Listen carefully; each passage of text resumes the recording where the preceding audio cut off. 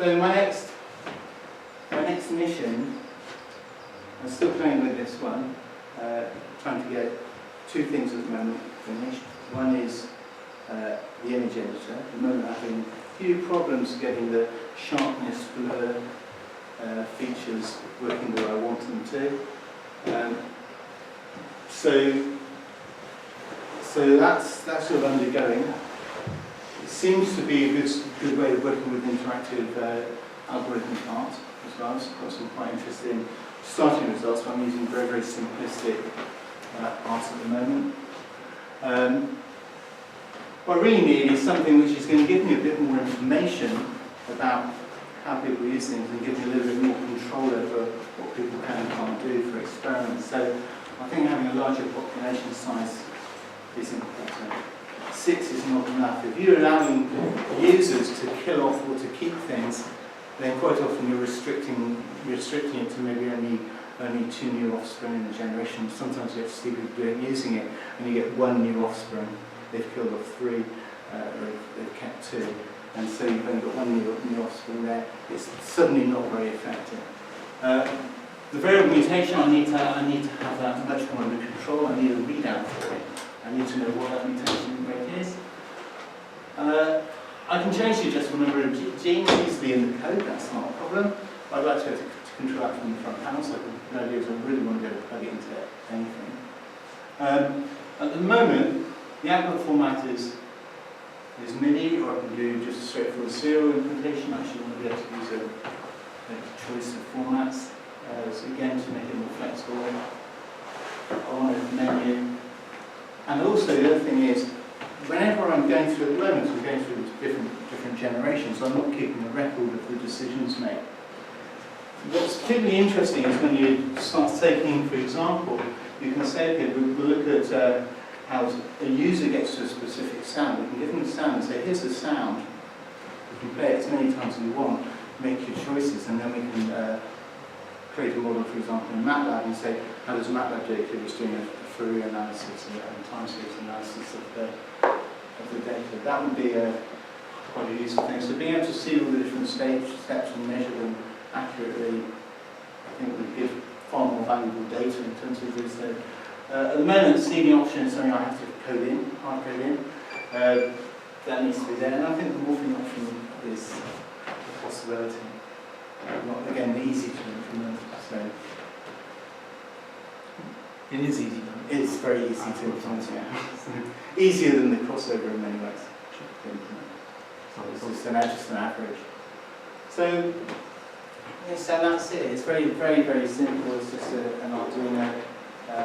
The next one will be on a TNC. The code runs on the TNC as well, and we've got some multiplexers to give them the additional controls and displays. What about the other problem where you've got a real violin and it's not IGA, it's just GA? Yeah. Can you measure a distance from, say you record a violin, you can measure the distance from your synthesized sound to the recorded violin, and you run standard GA? What happens? Do you get something like a violin after? In fact, I think you do, and I think that's where there has been work in that area. But what's interesting is when you compare that with the human and say, what are those cognitive things? What are the decisions that are being made that are very, very different? And that way we understand a little bit more about how we are prioritising certain types of information over others. For example, modulation seems to have a high priority in terms of making a distinction as to whether something's suitable or not. Unless you're very, very aware of what makes up a note, for example. And even for some of the people that have tested it have been reasonably expert users in terms of they're quite comfortable with synthesizer technology, and they still go, oh no, it doesn't sound anything like it. Despite the fact that you took the modulation of it, very nice. Modulation is when you get that sort of wah sound. So it's either a wah sound or the frequency change. It's just sort of the vibrato, the police siren effect. The other thing is, if you could limit in code, you could limit very simply. You can say, okay, well, I'm not going to allow it, but I'm going to allow it just to go up to the vibrato levels. But then you're ruining the whole thing of let's explore that space because you're restricting it.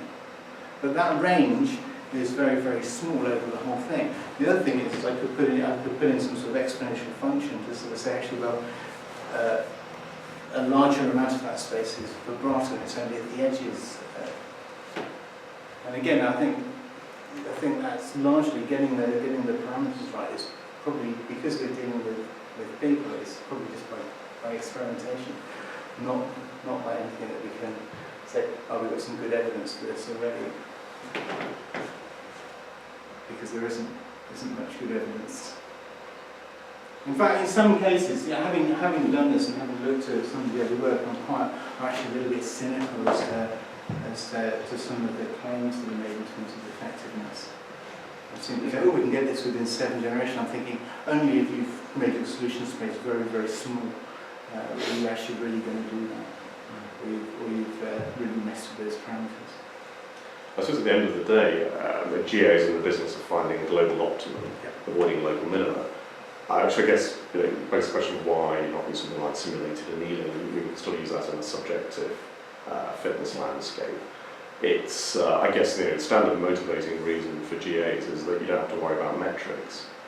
But here you more or less got metrics, I guess. I mean, everything's parametric, so it's easy enough to set up a metric and do something like annealing. See what happens when you... Annealing only does randomization.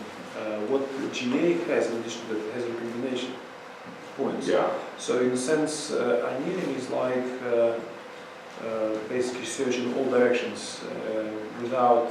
So well, it's you're lowering the temperature, so it's the Boltzmann selection is critical. So it means you're sampling very coarsely initially across the whole of the fitness landscape. Yeah, well, you hope that's the case, but you can't guarantee.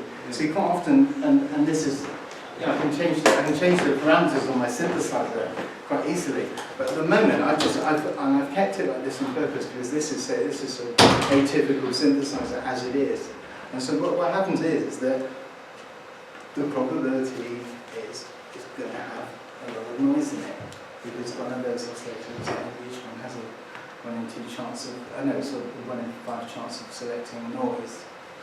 To appeal to, I mean, you still means you've got a fitness landscape. It's complicated. Very complicated. But that's why we use this method in the first place. So the idea is that you look at a lot of synthesis approaches. In some ways, it may you can use any model. So a lot of people use granular synthesis. I've seen some other ones with FM synthesis. So you don't have to use any specific model. But the idea is that if you take a typical user and you say, here's a nice big synthesizer with lots of controls, they will look at it and not get anything. They could play for hours and not get anything.